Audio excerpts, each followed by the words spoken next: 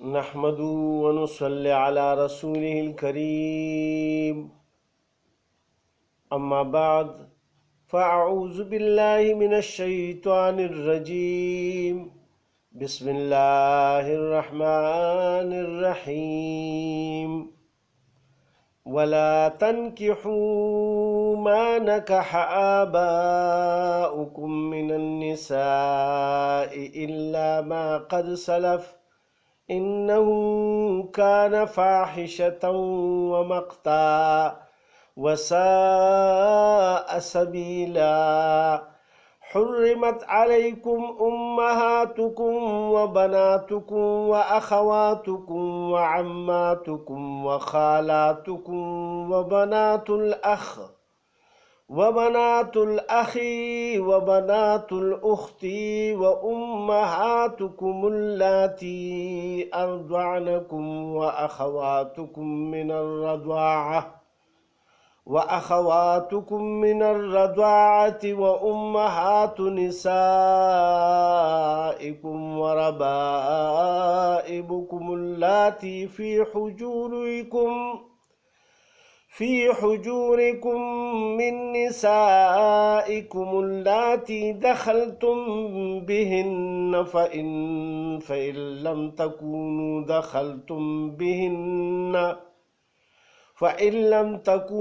دخلتم بهن فلا جناح عليكم وحلائل أبنائكم الذين من أصلابكم وأن تجمعوا بين الأختين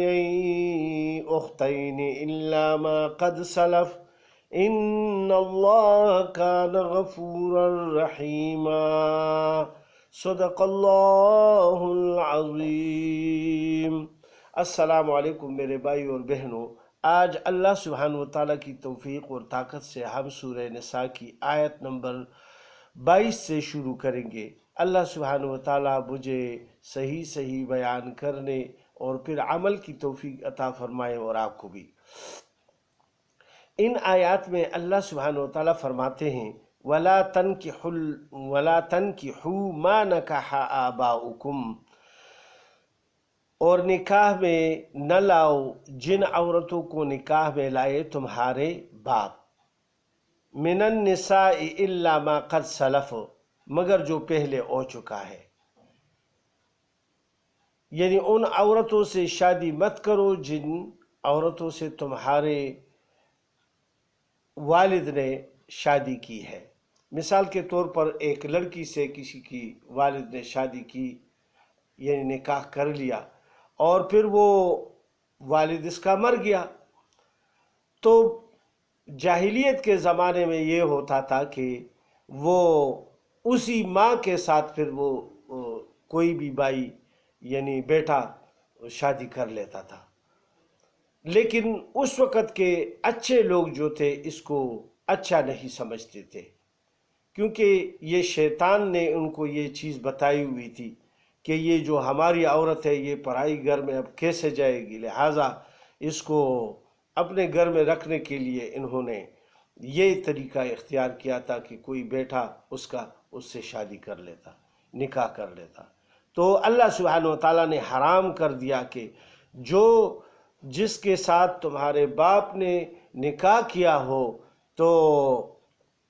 وہ تمہارے ماؤں کی جگہ ہے، لہٰذا ان سے بچو۔ اِنَّهُ كَانَ فَاحِشَةً وَمَقْتًا، یہ بے حیائی ہے اور کام ہے غضب کا، وَسَاءَ سَبِيلًا، اور برا چلن ہے۔ اللہ سبحانہ وتعالیٰ نے بہت برا اس کو کہا ہے کہ جو اس طرح کرے۔ اب آگے اللہ سبحانہ وتعالیٰ فرماتے ہیں دوسرے رشتوں کے بارے میں، حرمت علیکم امہاتکم و بناتکم، حرام ہوئی ہیں تم پر تمہاری مائیں اور بیٹیاں، و اخواتکم اور بہنیں، و عماتکم اور پھوپھیاں، و خالاتکم اور خالائیں، و بنات الاخ اور بیٹیاں بھائی کی، و بنات الاخت اور بہن کی بیٹیاں، وَأُمَّهَاتُ اللَّاتِي أَرْضَعْنَكُمْ، اور جن ماؤں نے تم کو دودھ پلایا۔ یہ پہلے جو رشتے تھے یہ خونی رشتے تھے، اب جو رضاعی ماں اور بہن ہیں ان کے بارے میں اللہ سبحانہ وتعالیٰ فرماتے ہیں کہ جس کا دودھ جس لڑکے نے پیا ہو اس کی بیٹی سے اس کی شادی نہیں ہو سکتی ہے، نہ اسی عورت کے ساتھ اس کی شادی ہو سکتی ہے۔ وَأُمَّهَاتُكُمُ اللَّاتِي أَرْضَعْنَكُمْ، اور جن ماؤں نے تم کو دودھ پلایا، وَأَخَوَاتُكُم مِّنَ الرَّضَاعَةِ، اور دودھ کی بہنیں، یعنی ان کی بیٹیوں سے بھی شادی نہیں ہو سکتی ہے۔ وَأُمَّهَاتُ نِسَائِكُمْ، اور تمہاری عورتوں کی مائیں۔ اب اس میں ایک خونی رشتوں کے بارے میں جو ذکر فرمایا گیا تو اس میں یہ رشتے آتے ہیں۔ سوتیلی ماں کی حرمت بیان فرما کر اب جن عورتوں سے نکاح جائز نہیں ان سب کو بیان فرماتے ہیں۔ وہ عورتیں چند قسم کے ہیں۔ اول ان کو بیان کیا جاتا ہے جو علاقہ نسب کی وجہ سے حرام ہیں، اور وہ 7 ہیں: ماں، بیٹی، بہن، پھوپھی، خالہ، بھتیجی، بانجی۔ ان میں سے کسی کے ساتھ کسی کو نکاح کرنا جائز نہیں۔ فائدہ: ماں کے حکم میں دادی، نانی، اوپر تک کی سب داخل ہیں۔ ایسے ہی بیٹی میں پوتی اور نواسی، نیچے تک کی سب داخل ہیں۔ اور بہن میں عینی اور علاتی اور اخیافی سب داخل ہیں۔ اور پھوپھی میں باپ، دادا اور اوپر تک کی پشتوں کی بہن، سگی ہو یا سوتیلی، سب آ گئی۔ اور خالہ میں ماں اور نانی کی نانی، سب کی بہن، تینوں قسم کی داخل ہیں۔ اور بھتیجی میں تینوں قسم کے بھائیوں کی اولاد اور اولاد در اولاد سب داخل ہیں۔ اور بانجی میں تینوں قسم کی بہنوں کی اولاد اور اولاد در اولاد سب داخل ہیں۔ اب چونکہ اللہ سبحانہ وتعالیٰ نے پھر دوبارہ فرما دیا وَأُمَّهَاتُكُمُ اللَّاتِي أَرْضَعْنَكُمْ وَأَخَوَاتُكُم مِّنَ الرَّضَاعَةِ وَأُمَّهَاتُ نِسَائِكُمْ، تو یہ 2 رشتے جو ہے یہ دودھ پلانے والے محرمات نسبی کے بعد اب محرمات رضائی کو بیان کیا جاتا ہے، اور وہ 2 ہیں: ماں اور بہن۔ اور اس میں اشارہ ہے کہ 7 رشتے جو نسب میں بیان ہوئے رضاعت میں بھی حرام ہیں، یعنی رضائی بیٹی اور پھوپھی اور خالہ اور بھتیجی اور بانجی بھی حرام ہیں، چنانچہ حدیثوں میں یہ حکم موجود ہے۔ اب 2 قسم کے رشتے جو اللہ پاک نے بیان فرما دیے، محرمات نسبی اور محرمات رضاعی۔ اب اللہ سبحانہ وتعالیٰ اب محرمات مساہرہ کا ذکر فرماتے ہیں۔ جن لڑکیوں سے تمہاری شادی ہو جائے تو ان کی رشتہ داری میں، یعنی ان کی ماں اور بہنیں اور اس طرح ان کے ساتھ جو شادیاں حرام ہیں ان کے بارے میں اللہ سبحانہ وتعالیٰ فرماتے ہیں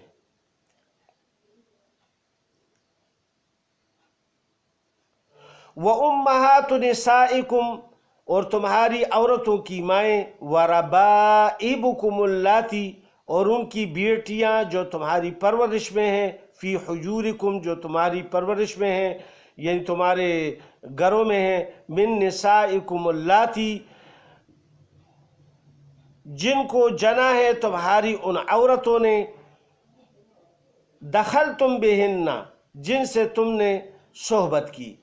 فَإِن لَّمْ تَكُونُوا دَخَلْتُمْ، اور اگر تم نے ان سے صحبت نہیں کی، بہن فَلَا جُنَاحَ عَلَيْكُمْ، تو تم پر کچھ گناہ نہیں اس نکاح میں۔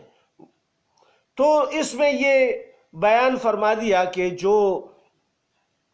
یعنی جس سے آپ نے شادی کی ہے، یعنی ساس وغیرہ، اس کے ساتھ بھی نکاح نہیں ہو سکتی، اور جس کے ساتھ تم نے شادی کی ہو اس کی بہنوں کے ساتھ بھی شادی اس کی زندگی میں نہیں ہو سکتی۔ لہٰذا اللہ سبحانہ وتعالیٰ نے یہ فرما دیا کہ یہ سب محرمات ہے اور ان کے ساتھ نکاح نہیں ہو سکتا۔ وحلائل ابنائکم الذین من اصلابکم، اور عورتیں تمہارے بیٹوں کی جو تمہاری پشت سے ہیں، یعنی جو تمہارے بیٹے ہیں اور وہ شادیاں کر لیتے ہیں تو ان کی بیویاں بھی، اگر بیٹا مر جائے تو اس کی بیوی سے یعنی اس کا باپ یعنی شادی نہیں کر سکتا، نکاح نہیں کر سکتا۔ وَأَن تَجْمَعُوا بَيْنَ الْأُخْتَيْنِ، اور یہ کہ اکٹھا کرو دو بہنوں کو، إِلَّا مَا قَدْ سَلَفَ، مگر جو پہلے ہو چکا، جو جاہلیت کے زمانے میں ہو چکا ہے، یعنی دو بہنوں کو بھی وہ جمع کرتے تھے، ماں سے بھی شادی کرتے تھے، وہ تو جاہل لوگ تھے، کفار تھے، شیطان نے ان کو ورغلایا تھا کہ یہ بس ٹھیک ہے کرو، کیونکہ آخرت پر ان کا کوئی یقین نہیں تھا، قیامت کے دن اٹھنے کا، یعنی بعث بعد الموت کے اوپر ان کا یقین ہی نہیں تھا، لہٰذا وہ ایسے کام کرتے تھے۔ اب بھی اگر کوئی کفار ایسے کام کریں تو ہم ان کی طرف بالکل نہ دیکھیں، ہم اللہ سبحانہ وتعالیٰ کی ہدایات کی طرف دیکھیں۔ اب اللہ سبحانہ وتعالیٰ آخر میں فرماتے ہیں ان اللہ کان غفور الرحیم، بے شک اللہ بخشنے والا مہربان ہے۔ یعنی ہم اللہ سبحانہ وتعالیٰ کی آیتوں کو یاد کر کے ان کے حکم پر چلے تو اس زندگی میں بھی کامیاب ہوں گے اور آخرت میں بھی ہمیشہ کے لیے کامیاب ہوں گے۔ اس لیے یعنی قرآن کو سمجھ کر اور اس میں غور و تدبر کر کے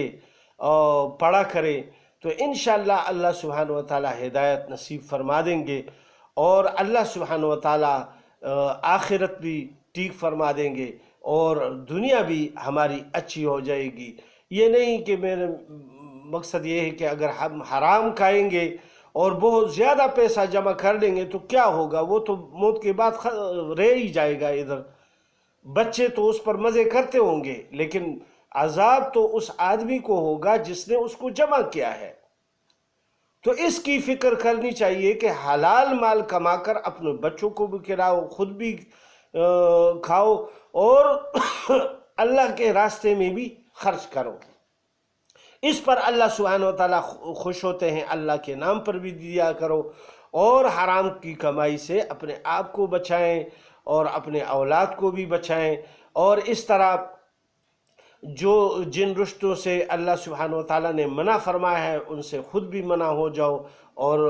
دوسرے لوگوں کو بھی وعظ و نصیحت کرتے رہے۔ وما علینا الا البلاغ، صدق اللہ العلی العظیم۔ السلام علیکم ورحمۃ اللہ۔